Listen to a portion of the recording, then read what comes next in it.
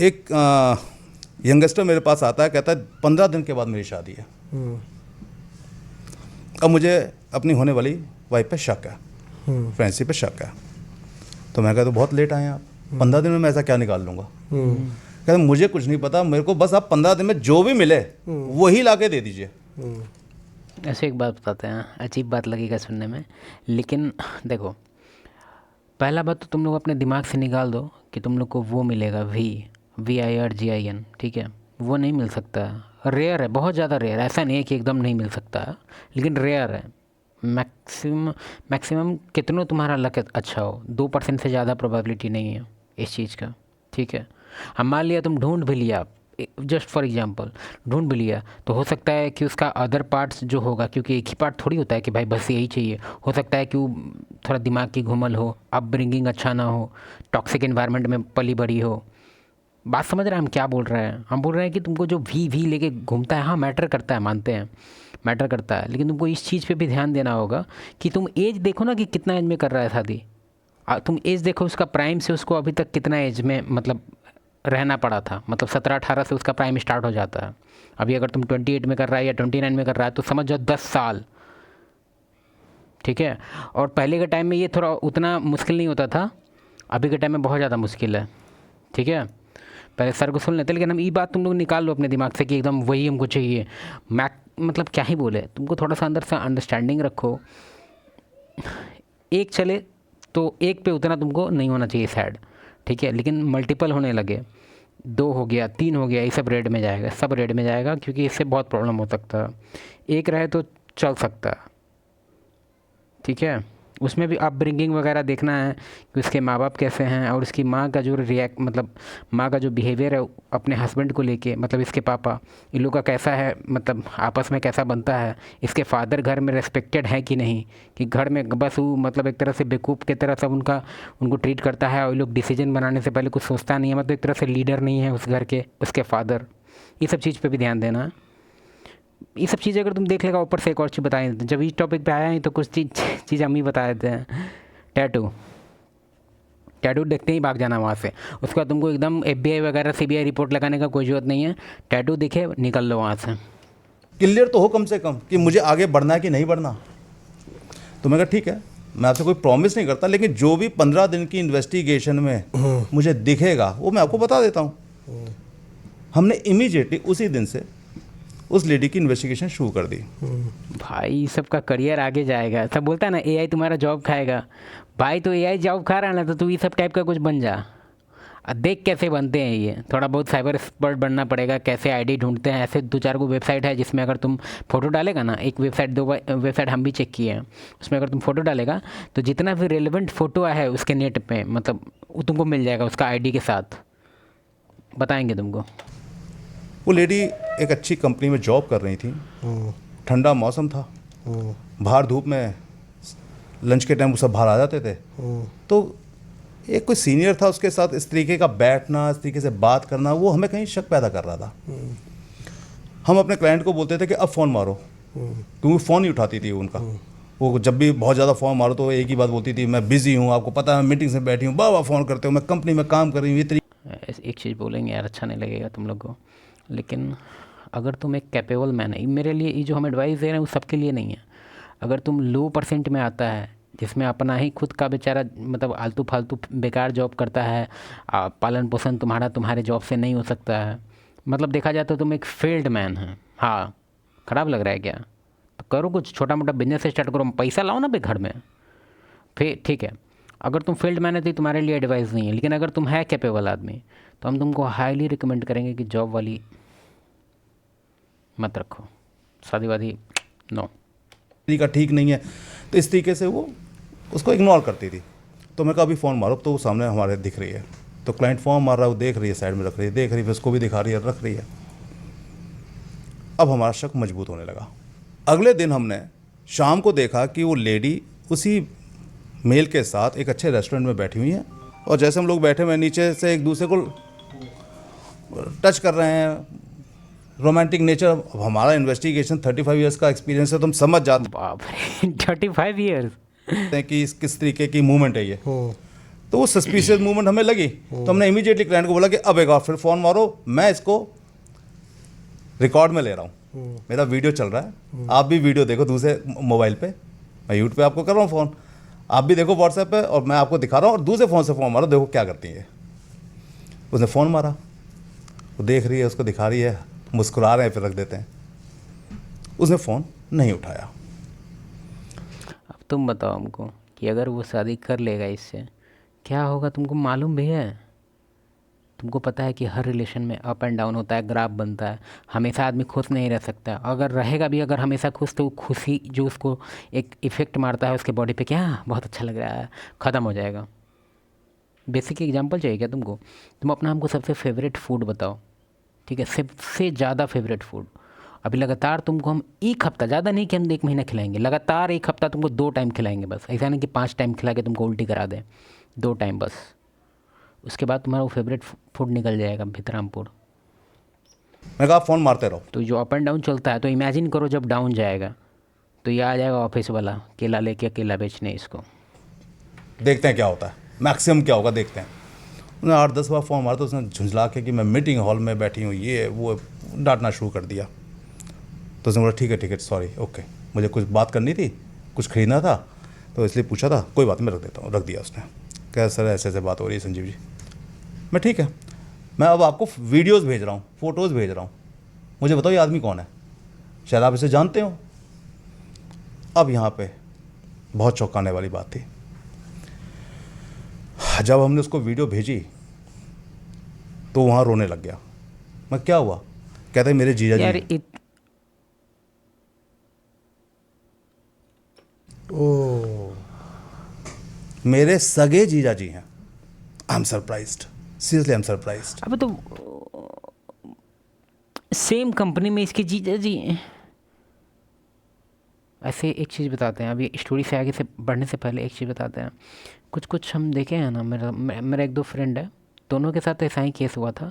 उसमें क्या होता है ना कि जब तुम्हारा शादी है तो तुमको पता है कि रिश्ता सब अपने अपने तरफ से खोजता है, कौन लड़की अच्छी रहेगी, कौन अच्छी लड़की रहेगी।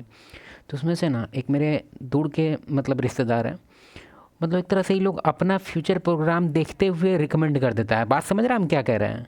फॉर एग्जांपल, अब मेरा ही अपना एग्जांपल ले लो, ठीक है। मान लो मतलब हम किसी का कराना चाहते हैं शादी मेरे फैमिली ट्री में, ठीक है। अब मेरा किसी के साथ चल रहा होगा तो हम क्या करेंगे, हम रिकमेंड करेंगे कि इसी से कर लो। क्यों? ताकि बेचारी इतना दूर रहती है, इसको मिलने हमको साल में 2-3 बार जाना पड़ता है, इससे बढ़िया इसको यहीं बुला लेते हैं, जब टाइम मिलेगा तब दे देंगे इसको, मुँह खुलवा।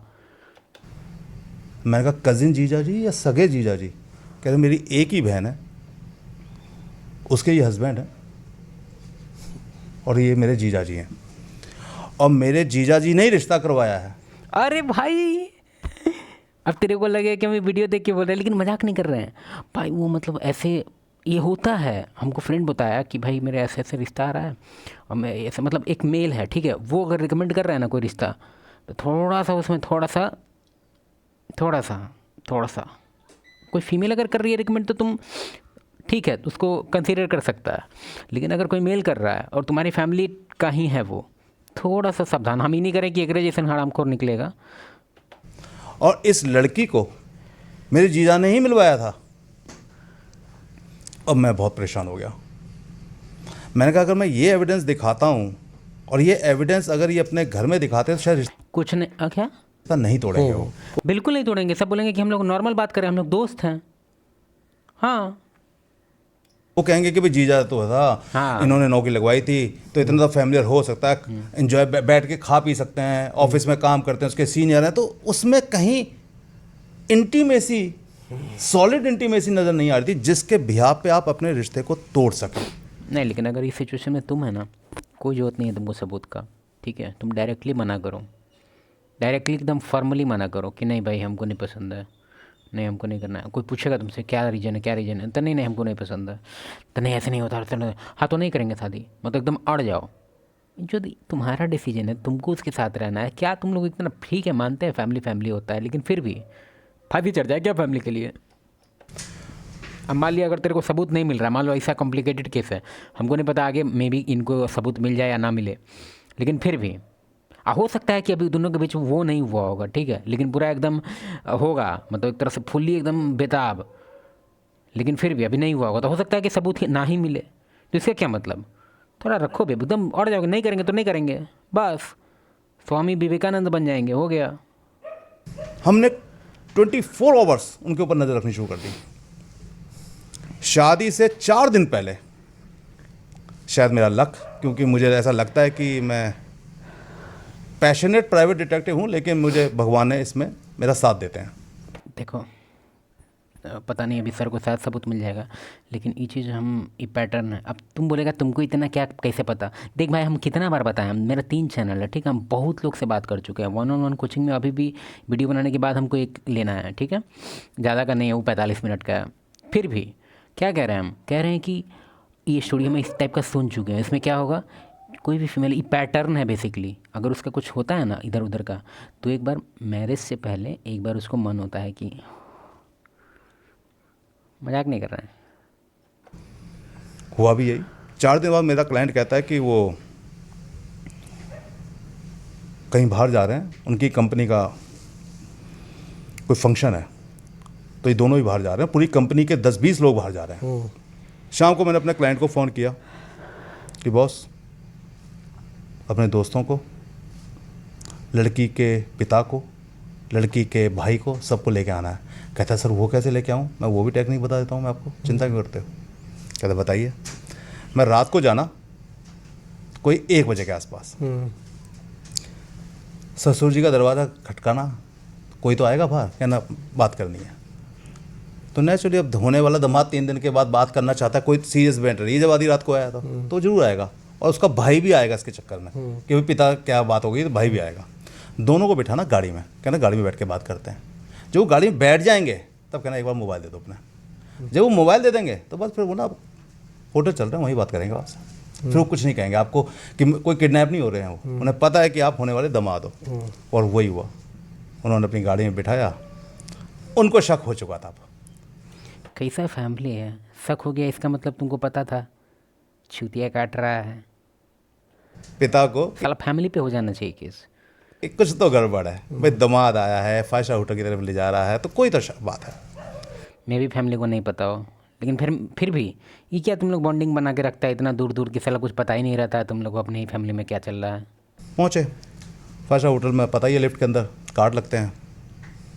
मेरे पास जॉब ना बहुत बड़ा एक्सक्यूज़ होता है, मीटिंग हो गया, ये आवर हो गया, वो हो गया, हैप्पी आवर हो गया, केला आवर हो गया।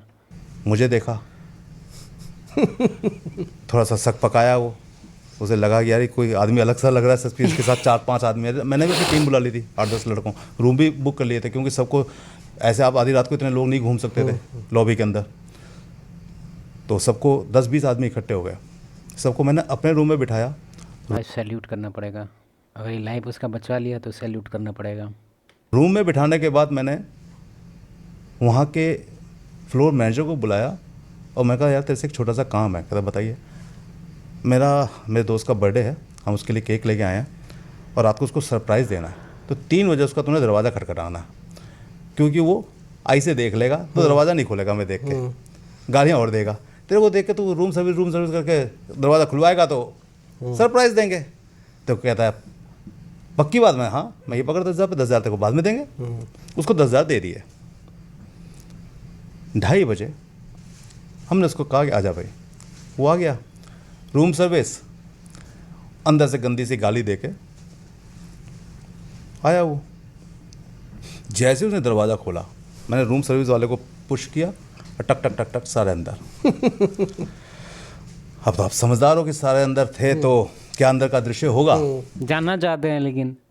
तो उसके पिता ने मेरे को देखा और हाथ जोड़े हाथ जोड़े कि कैमरा बंद कर दो।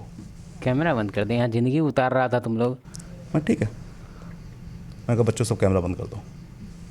वो सब सक पकाए हुए थे, रजाई डाल दी उसने अपनी उस लेडी के ऊपर, खुद अंडरगारमेंट में था तो पैंट पहनने लग गया। तो बड़ा दृश्य तकलीफ देने लायक था। फादर भी हाथ जोड़ के देखा खड़े जाए हुए। तो तकलीफ दे बस फीमेल के साइड वाले फैमिली लोग के लिए होगा, मेल के साइड वाला वो रिलीफ में होगा। ऐसे करके लगेगा कि यार ठंडा बर्फ़ रगड़ दिया कोई मेरे छाती पे, वाह। ब्रदर भी हाथ जोड़ के खड़ा हो गया, लेकिन मेरा अपना खुफिया कैमरा काम कर रहा था। क्योंकि मैं सोसाइटी को जानता हूँ कि अभी सोसाइटी में इसको प्रॉब्लम है, दबा हुआ है, तो अभी तो ये हमारी हर बात मानेगा, लेकिन हो सकता है बाद में हम पे केस बना दे।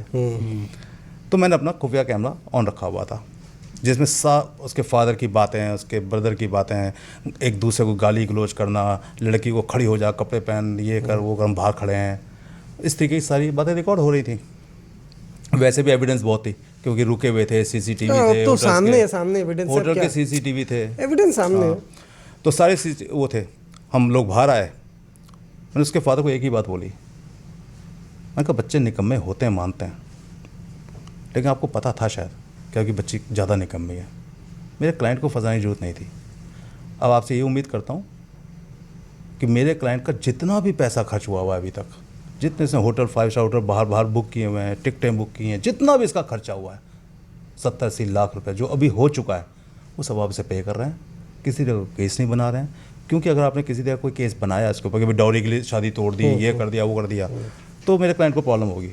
तो कहता आप कौन हो, मैंने आपको कहीं देखा है। मैं कहा आपने को टीवी पे देखा हुआ है, मुझे मालूम है, जब आप देखा कर रहे हो टीवी पे देखा होगा। कहता अच्छा आप प्राइवेट, तो समझ गया। तो मैं कहा आप मेरे को जानते हो, केस मेरा कच्चा नहीं है, हर तरीके के मेरे पे एविडेंस है, तो अच्छा ये रहेगी। मैं इसको भूल गया, क्लाइंट आपको कभी कोई प्रॉब्लम नहीं करेगा, हम आपको कभी कोई प्रॉब्लम नहीं करेंगे। बच्चे गलतियां करते हैं, फॉरगेट इट, लेकिन शादी टूटनी चाहिए और सारा का सारा उसका सामान। आज भी वो क्लाइंट मेरे ऑफिस में आके नतमस्तक हो जाता है। हे भगवान।